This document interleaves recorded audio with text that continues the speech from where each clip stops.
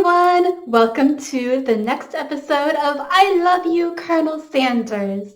So in the last episode, we discovered that Van and Ashley were reading from a mysterious book that we found actually when the spork monster dropped it.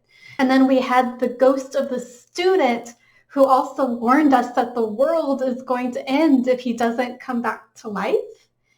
So let's keep going and see what happens. This is becoming way deeper than I thought it would be for a KFC game, but let's get back into it.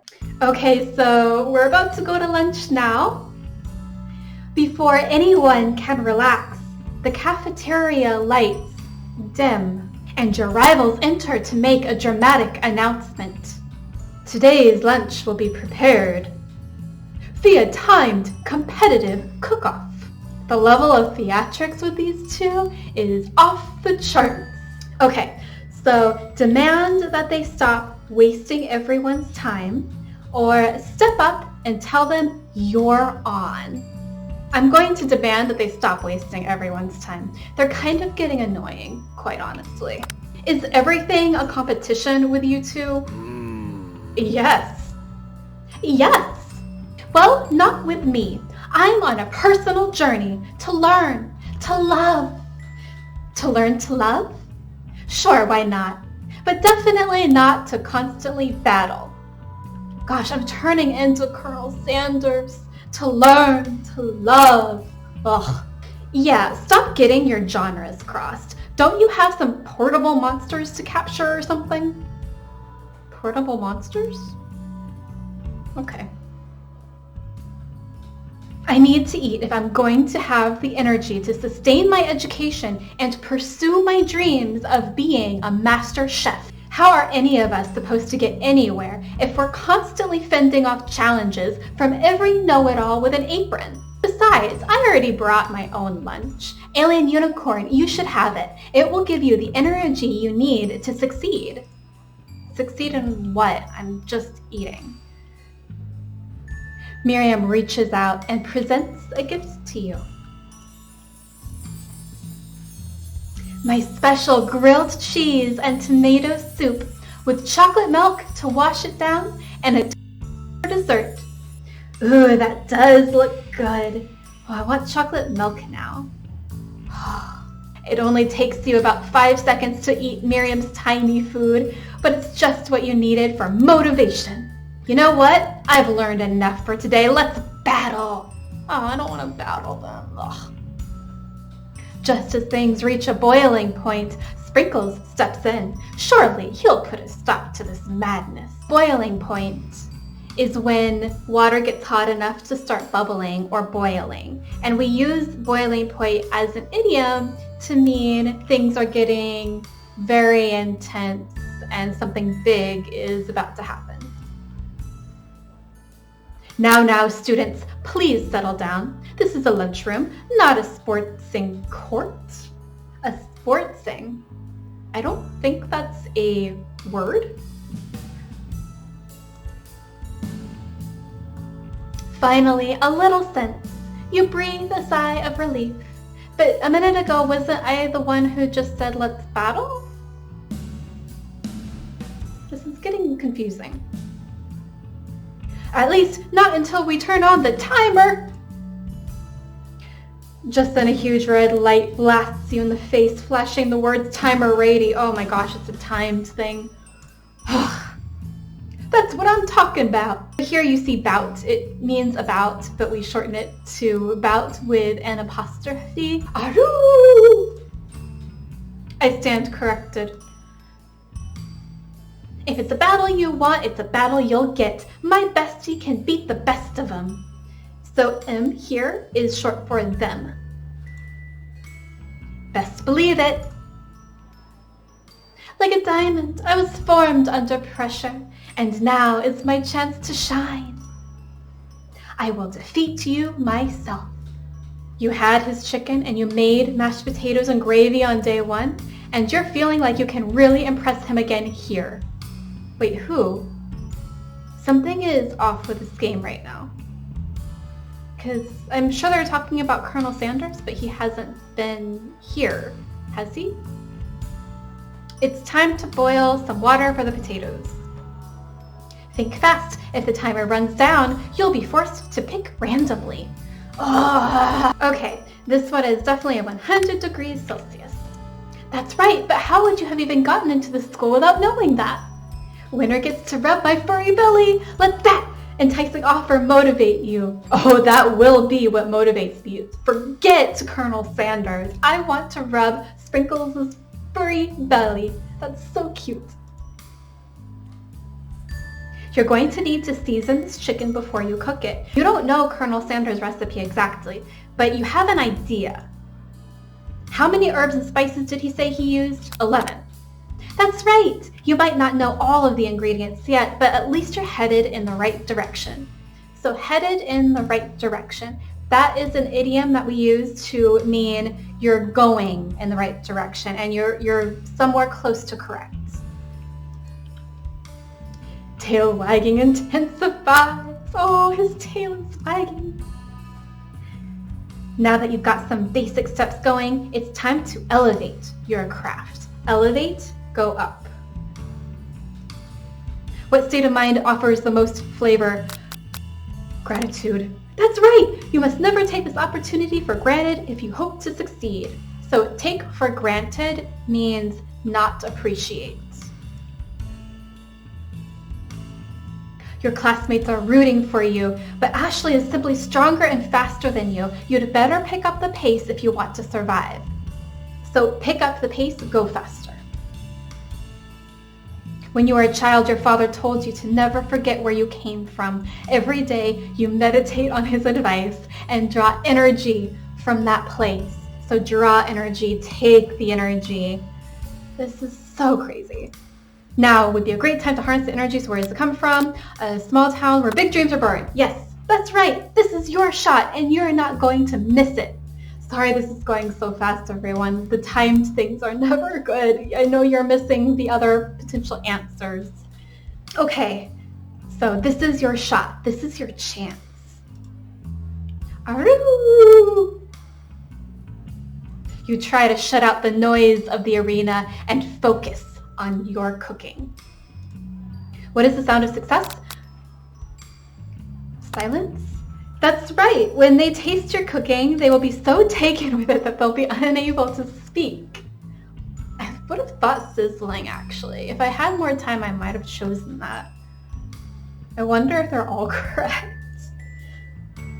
You notice Colonel Sanders out of the corner of your eye. So out of the corner of your eye, as you can imagine, that means he's somewhere over here, not straight ahead, but over here. I believe in you, alien unicorn. He's actually cheering you on, which would be awesome, except knowing that he's watching you makes you totally forget what you were doing. Now all you can think about is Colonel Sanders. Oh. How many spoonfuls of gravy will it take to fill a face? What? Get your mind back in. Oh, now they're going to mess with us. Oh. So get your mind back into the competition. Focus, basically.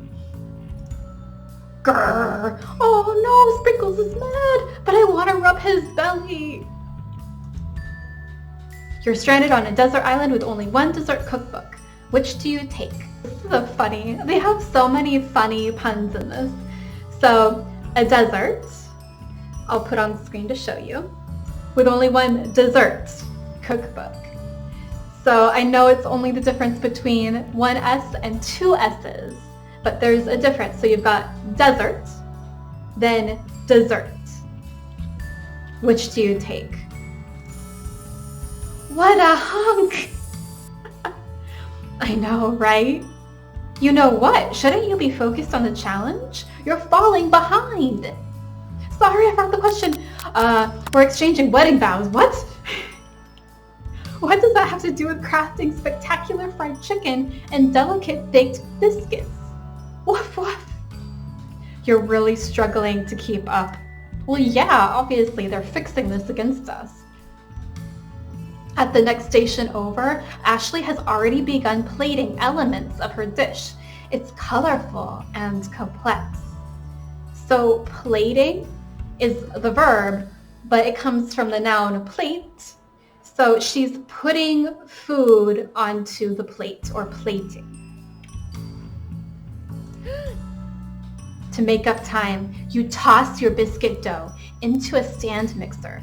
As you do, the crowd gasps. Was that a mistake? I'm not a cook.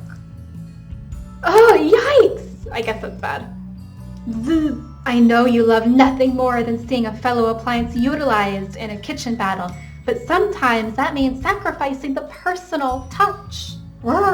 You might not have any hand, but Alien Unicorn does, and a good chef needs to be touching the dough to know when it's properly mixed. There's an easy way and a hard way. You don't get far by going the easy way. When you hear everyone talking, you realize how serious your error was.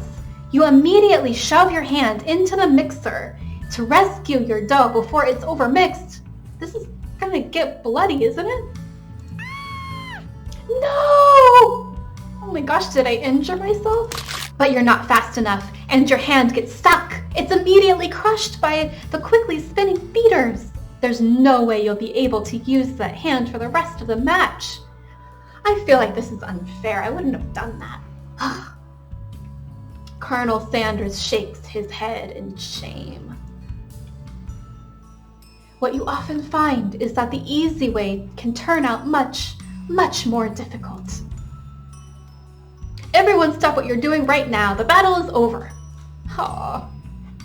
It can't be. I was so close to finishing my dish. Sweetheart, look at your hand. You simply can't go on.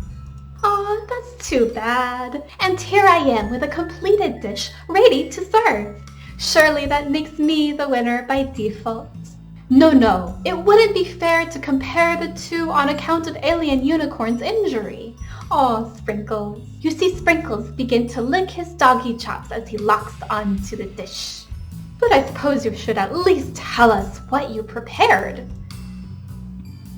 Well, because I'm the sweetest, I skipped straight to dessert. Under this white chocolate dome, you'll find a wide array of delights, taking you on a journey of flavor that tastes good and tells a story of excellence.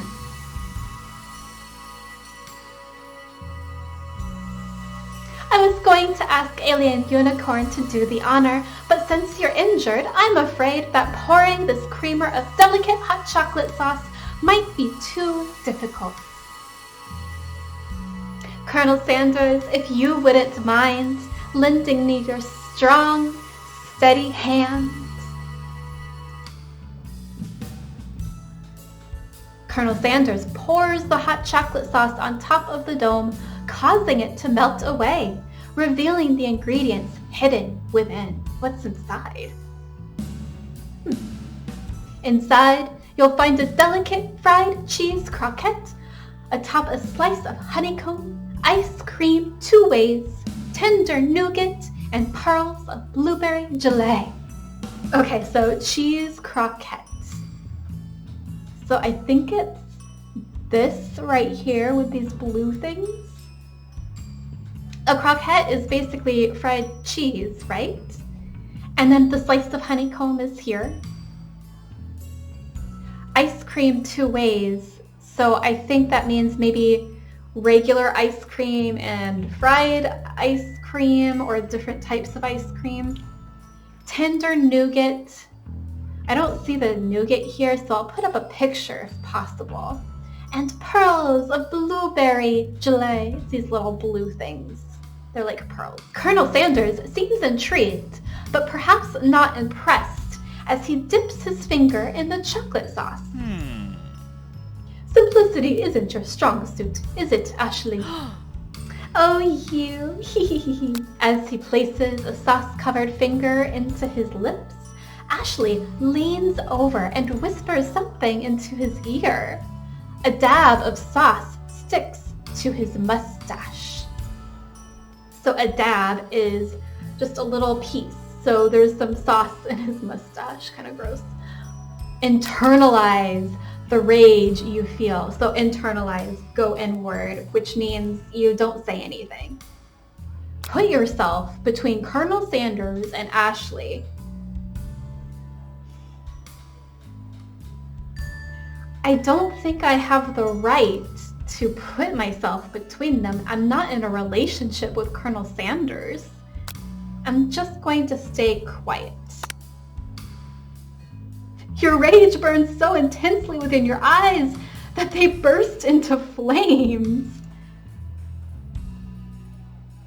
Wouldn't that kill you? The flames cause your eyebrows to catch fire and turn to ash, and they fall off of your face, which means people will have a hard time understanding your emotions for the rest of the semester, perhaps forever. So now I have no eyebrows. They're ash, and I look probably awful, right? I'm probably burned too. Embarrassed and ashamed by your poor performance, not to mention your crispy, fried brow, you run for the quad to be alone. So I guess now my brows have turned to fried chicken. The beautiful weather feels like an insult. Inside of you, a storm rages. It's Colonel Sanders who's probably here to tell you that he and Ashley are in love and decided to get married. And he won't even ask you to cater his wedding because you're a terrible chef and an awful person. Wow, I'm really angry. You try to hide from him, but he approaches you directly. I know you're hurting right now, not just from the devastating loss, but from that run-in with the mixer and that small fire. We should get that checked out. I'm fine. Can't you just leave me alone? I'm a loser. I'm not fit to fill your fryer. I'll never be a master chef. Oh my God. Failure is a part of life, not just for you, but for all of us. Do you think I've never failed at anything before? That's exactly what I think. Well then, think again. I wasn't always the man you see before you. Enrolled in culinary school, incredibly handsome, successful, motivated. God. Well, handsome, sure. I was born that way. But I've walked other paths and arrived at dead ends. So we use dead end usually when we're talking about a street or a path, and there's nowhere further you can go. It's an end, and it's a dead end. I was passionate about life, but I failed as an obstetrician. He was an obstetrician. Okay, let's practice this word. Obstetrician. Obstetrician. And it means it's a doctor who specializes in eye health. I was passionate about justice, but I failed as a lawyer. I was passionate about livestock, but I even failed as a mule handler. That one was especially humiliating. Mules can be so cruel. I lost my business partner to a gunfight, and I lost my innocence when I picked up a firearm and put a bullet in my rival. He survived for a while, anyhow. God! So Colonel Sanders is a murderer? Seriously? We're in love with this guy who killed somebody? I didn't know. People see my delicate ribbon tie and my well-kept beard and assume that I've got it all together, which is true now. But it hasn't always been. Sounds like this guy could really use a hug, or, jail time. I resolved then that I was going to amount to something. No amount of hours, labor, or money would deter me from giving the best I had to give. As Colonel Sanders changes focus, you can see something ignite inside of him. A burning passion. Ignite is a verb that means catch fire, but it can also be not literal or not real, and it can be theoretical. Passion ignites or starts inside of him. One has to remember that every failure can be a stepping stone to something better. My new dream is pure. It's honest. It's something that a humble man in a crisp white suit can be proud of. I will create a new chain of chicken restaurants that will bring joy to the entire world and make up for my past misdeeds. Misdeed is a bad thing that he did, like, I don't know, killing somebody. Yay!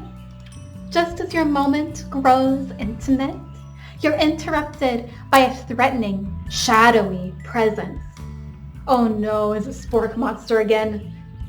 It's the Spork Monster! Battle-scarred from the night before, you prepare for the worst. Borko? Wait, so the Spork Monster is named Borko? Did we know that before? That's the name written in the chicken book, right? It is I. I know I said I wouldn't be back, and after the whole fight to the death thing, maybe you don't really want to see me anymore, but I just wanted to say that I was wrong to attack you, and I apologize. I know what it's like to always look over your shoulder. Monster problems, am I right? Okay, so am I right? It's am I right, meaning you agree, right? And lately we shorten it to am I right? It's kind of like a slang thing, but you'll see it a lot, especially on the internet. Aw, thanks, Borko. I'm glad there are no hard feelings. Getting jumped by a giant creature in the dark of night can really rile a person up. I also want to apologize for the way I switched right into attack mode. I know that you're strong and cooking school can put a person under a lot of stress. I actually used to go to this school. I wasn't always a Spork Monster, you see. I don't believe it. You were human once? Well, no. I was a golden retriever, but I was still a student. Until one day, some mean kids with a magic spellbook cast a dark enchantment on me, and I was forever transformed. A magic spellbook? Precisely. I had procured a copy for myself, but somewhere along the way, I've lost it. If you find such a book, I beg of you, respect it. So he's talking about the spellbook we found, and also the spellbook that Ashley and Van Van were reading from the other day. Or today? I'm getting confused now. You're a powerful chef and shouldn't rely on such dark and evil magic. No, you should be protecting the innocent from those who would cheat them through sorcery and guile. So this word guile, let's practice it. Guile. Guile. You don't hear it too often. If you need me, don't fear. I will be there. So we have his help now. It sounds like there are some bad cooks in the kitchen of life. Alien Unicorn, together I am sure we can defeat them. Ooh, he wants to work together. Okay, I think we're going to stop there for today, but let me know as always in the comments if you would like me to speak slower or faster. If you have any questions about any vocabulary that I haven't talked about yet, just let me know in the comments. Also, please hit like and subscribe to get more of this. I'm so excited to continue gaining English with you. Have a great day. Bye.